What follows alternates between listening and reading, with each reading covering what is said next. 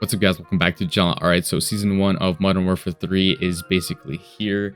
The new Warzone map is dropping tomorrow, Urzikstan. So what better time for us to review our best settings than right now? I figured that, a lot of people would want to have a kind of updated settings. So we're going to see what changed, what remained the same. And yeah, we'll go through it. And I'm not going to take, too much time going through all of them, but I'll tell you which ones are the most important ones. Now, display mode, I will keep this simple. If you have one single monitor, then go full screen exclusive. If you have multiple monitors, then why wouldn't you be using full screen borderless, The next one that I would recommend changing is Nvidia reflex low latency. If you know that your PC is somewhat balanced, then go with on. But if you see that your CPU is actually struggling and needs a little bit more help from your GPU, then go with on plus boost.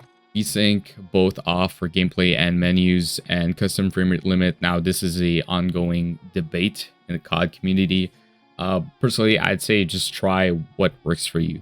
Start off with unlimited, and if you see that you're drawing much more FPS and that it's very fluid, then just keep it at unlimited. But if you see that you're kind of stuttering here and there's some instability from time to time, then go with custom. I prefer custom just because I think my PC is just not that great. It's good, it's just not great. So there are moments where I need to help it. Gameplay, let it go. It's not going to reach 300, but let it go at 300. In the menus, I like it at 60, and when I tab out and I'm doing other things, I like the game to be running at 30. I don't need it to be running at a higher FPS. That's pretty much it for the display section. We can now move to the quality section. All right, so first things first, you don't have to worry about the presets just because as soon as you start changing a bunch of things, it's going to turn into custom.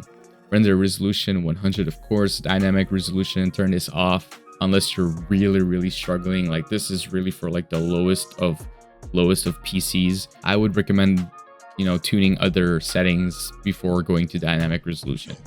Upscaling, sharpening, I still like fidelity effects. Cast, I still find like it's the best sharpening method, and it's just looks good overall. As for the strength, I like to put it at 100. We're already sacrificing a few FPS. Why not just sacrifice a little bit more and keep it as sharp as possible? VRAM scale target. Now this is also another ongoing debate or kind of like controversial setting. Blah blah blah. Generally speaking, I would start at 90 and then start going down from here. The lower, honestly, that you put it, I feel like it's going to be like much more stable, but also you're going to get probably less draw. But if you guys look at my VRAM target and usage right here, it's really not going to affect me. So I just like to keep it at 75. It's kind of like in between. It's nice in the middle. But if you see that you're stuttering, start reducing it, go 60, lower 50, blah blah blah.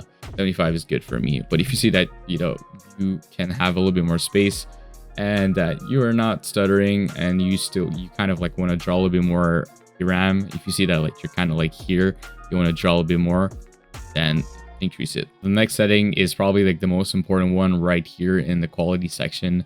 Variable rate shading is very good. From what I've tested, it activates this sort of technique that kind of like improves performance, and it kind of controls where things need to be removed, like where the quality needs to be removed or where it needs to be added. It kind of like just adjusts it for you, and yeah, it really helps with performance. So I would recommend turning this on. Texture resolution and texture filter anisotropic, you could leave this at normal. From my testing, putting it at low actually like made my system not as good, perform not as good, which is kind of weird, but it's also understandable because if you have a somewhat good CPU, your system is going to want you to actually use it. Depth of field, personal preferences, I don't like it on, so off. Detail quality level, this is basically like a bunch of settings that Call of Duty has combined, like level of distance and stuff like that. Normal is completely fine. I don't see any reason for us to turn it higher than normal. Particle resolution, very low. I've never been a particle guy in any games. This affects, honestly, it says that it affects your GPU, but it honestly affects everything, your CPU and your GPU. So I would not put this higher. bullet impacts, personal preferences, precision effects as well, shader quality. Honestly, it might seem that it's going to do you more good because there are some places where it's going to be, less dark, and they're going to apply more decolorization of surfaces. But from what I've seen and tested, it doesn't look good in certain areas, and it actually over like brightens and adds some kind of like reflection. It's just not good overall. Set this at low. On demand texture streaming, I don't even know why this is in the game. Off. Local texture streaming quality. Now this one I'm not really sure since Warzone hasn't dropped yet, so for now we're gonna go with normal, but if we see that low is just works as fine, then we're gonna set it at low. Shadow quality, you keep this at normal. Honestly, high and ultra are just not worth it.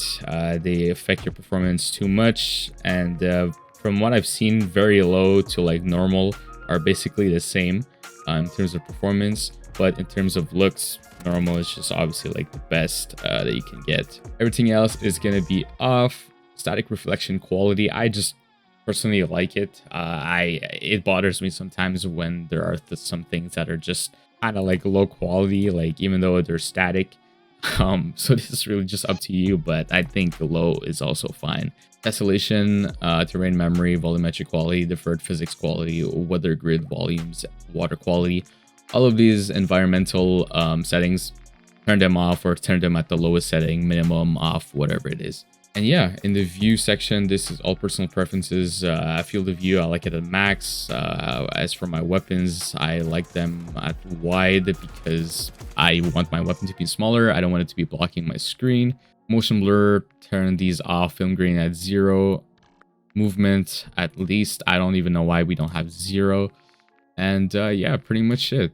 These are my settings. Let me know if you guys agree or disagree, or if there's any issues that you guys encountered, or even recommendations, tips that you guys can give me.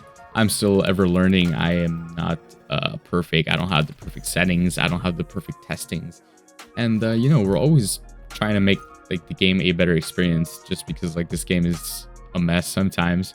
So yeah, anyways, I hope you guys enjoyed the video. Don't forget to drop a like and subscribe, and I'll see you guys next time. Ciao ciao.